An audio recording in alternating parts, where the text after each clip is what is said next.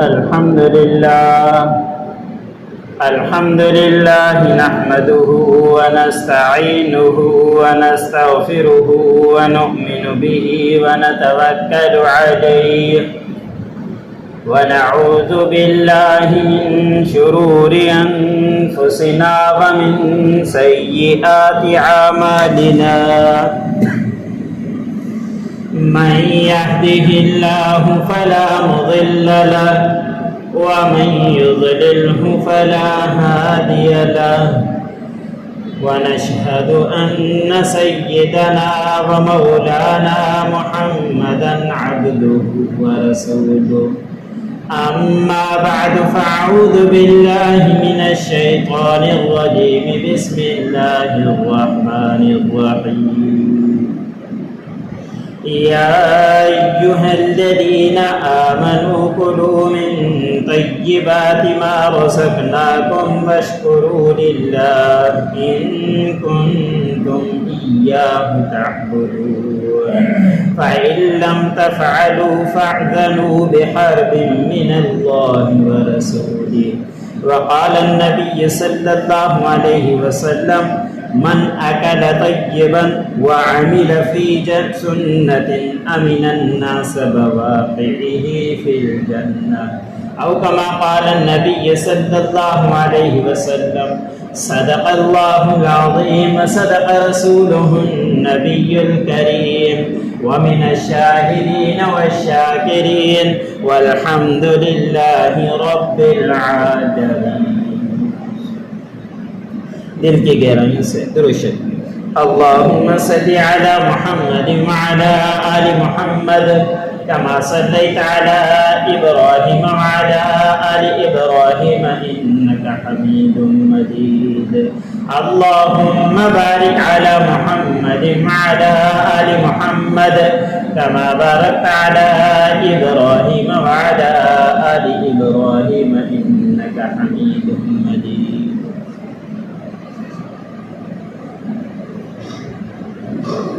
میرے واجب الاکرام صد احترام عزیزان گرامی اور مسلمان بھائی، میں نے آپ لوگوں کے سامنے اللہ رب العزت کے کلام میں سے دو آیت امام الانبیاء تاجدار مدینہ حضرت محمد مصطفیٰ صلی اللہ علیہ وسلم کے بے شمار ارشادات میں سے ایک ارشاد تلاوت کیا ہے. اللہ رب العزت کی بارگاہ میں دعا ہے کہ اللہ مجھے حق اور سچ طور پر کہنے اور اس کے بعد مجھ سمیت تمام سننے والے مسلمانوں کو اس پر عمل کرنے کی توفیق عطا فرمائے.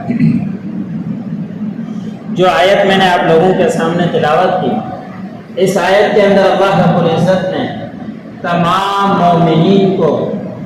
حلال کمانے کا حکم فرمایا ہے. جس طرح کے نماز فرض ہے،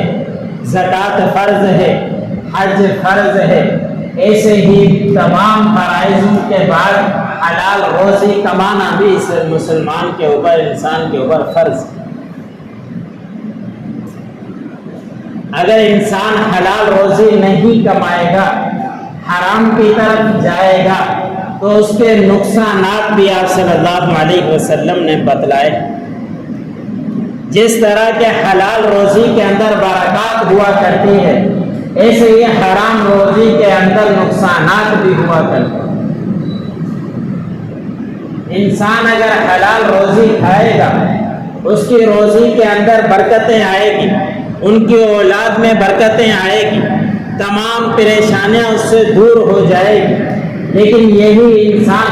اگر حلال کے بجائے حرام کمائے گا، خود بھی پریشان ہوگا، اپنی اولاد کے اندر بھی وہ اثر ڈالے گا، اور جو حلال کماتا ہے اس کے اوپر بھی بیماریاں آتی ہے، جو حرام کماتا ہے اس کے اوپر بھی بیماریاں آتی ہے. وہی بیماری ہے، بیماری کے اندر کوئی فرق نہیں ہے، لیکن حلال کے اندر کم خرچے کے اندر اس کو صحت یابی اللہ رب العزت دے دیتے ہیں، لیکن حرام کمانے والے کی کروڑوں روپے خرچ ہو جاتے ہیں اس بیماری.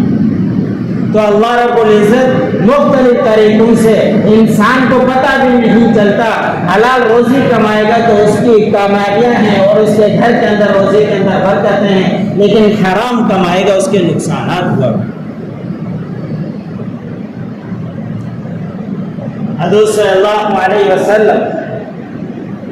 اپنے لاڈلے نواسے جنتوں کے سردار نوجوانوں کے سردار حضرت حسن رضی اللہ تعالی عنہ آپ صلی اللہ علیہ وسلم کے ساتھ ہیں.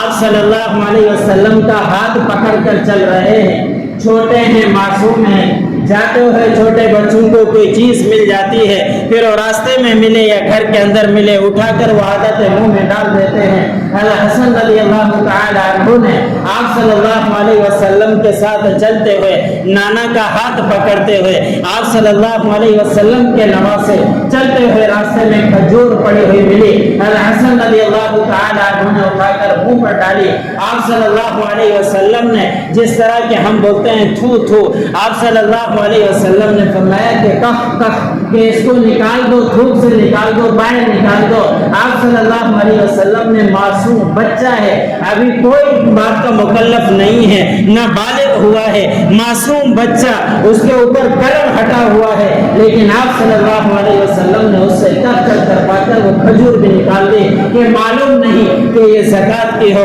معلوم نہیں کہ یہ صدقے کی ہو, کہ ہم سید ہیں, ہمارے اوپر یہ چیزیں جائز نہیں ہیں. آپ ہو تو معصوم بچے, یہ کھا لو گے, آگے چل کر تمہارے اوپر اثر ہوگا. اس لیے آپ صلی اللہ علیہ وسلم نے ہٹوا دی.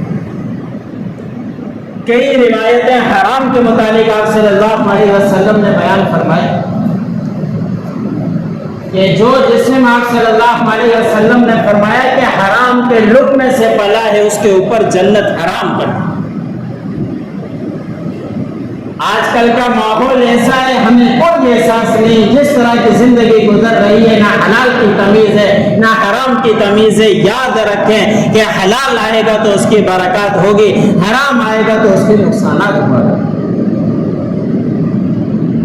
آپ صلی اللہ علیہ وسلم نے فرمایا کہ قرب قیامت کی نشانیوں میں سے ایک نشانی یہ بھی ہے کہ انسان حلال سے بچنے کی کوشش تو کرے گا, لیکن اس کے باوجود بھی اس کا دھواں اس تک پہنچ کر ہی رہے. آج کل بینکوں کے معاملات, ہم اگرچہ حلال کمانے کی کوشش کرتے ہیں, لیکن رقم کو محفوظ رکھنے کے لیے بینکوں کے اوپر اندر ڈالنا پڑتا ہے, اور بینکیں وہ حرام کی ہوا کرتی ہے, تو اس کا حرام کا کچھ نہ کچھ حصہ ہمارے اندر بھی ہے. جب یہ روایت حضرت ابوبکر صدیق رضی اللہ تعالی عنہ کے کان میں آئی کہ جو لقمہ, ایک لقمہ جس کے جسم کے اندر گیا حرام کا, تو اس کے اوپر جنت حرام کر دی گئی. حضرت ابوبکر صدیق رضی اللہ تعالی عنہ جنتی ہیں, خلیفہ اول ہیں. آپ صلی اللہ علیہ وسلم نے کئی مجلسوں کے اندر جنت کی خوشخبری بھی دے دی, لیکن اس کے باوجود بھی کس طرح کی زندگی گزارا. کسی درخت کے پاس سے گزرتے کہتے کہ کاش میں یہ درخت بن جاتا, کوئی تنکا اٹھا کر کہتے کہ کاش میں تنکا بن جاتا, چڑیا کو دیکھتے ہوئے اڑ رہی ہے کہتے کہ میں چڑیا بن جاتی, کہ قیامت کے دن مجھ سے کوئی حساب نہ لیا. کوئی معمولی شخصیت جنت کی خوشخبری دینے کے بعد بھی اتنا خوف سوار رہتا تھا. ایک دن ایک غلام جو زمانہ جاہلیت کے اندر کوئی کام کر کے آیا تھا,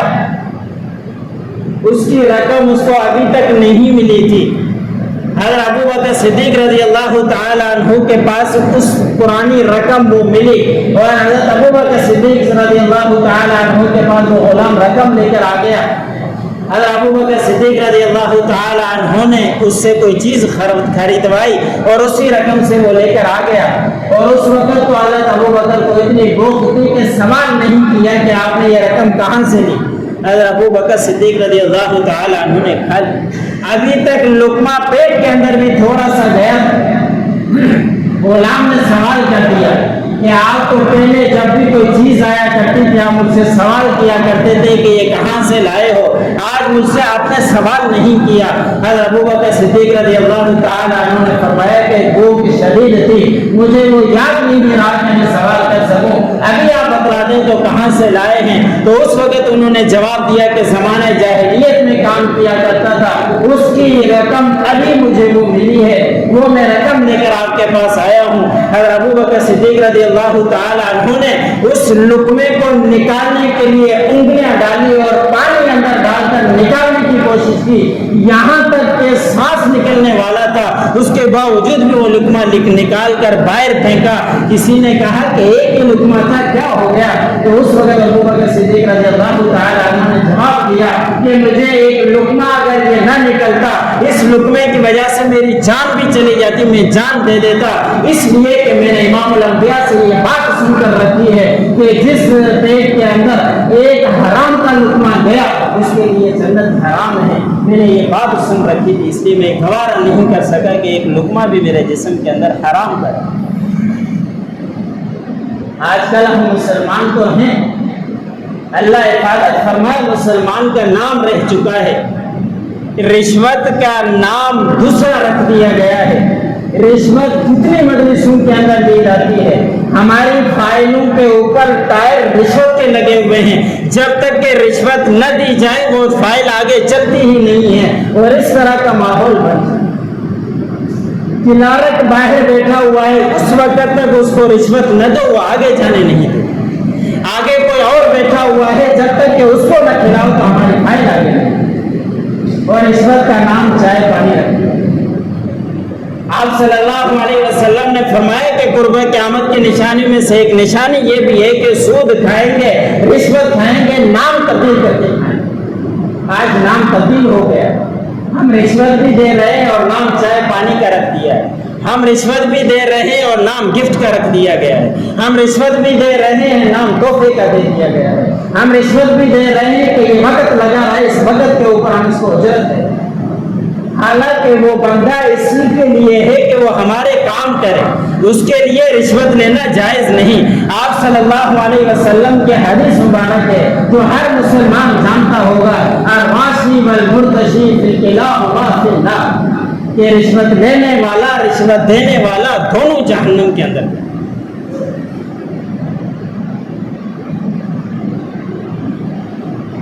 اور تو دور کی بات ہو گئی،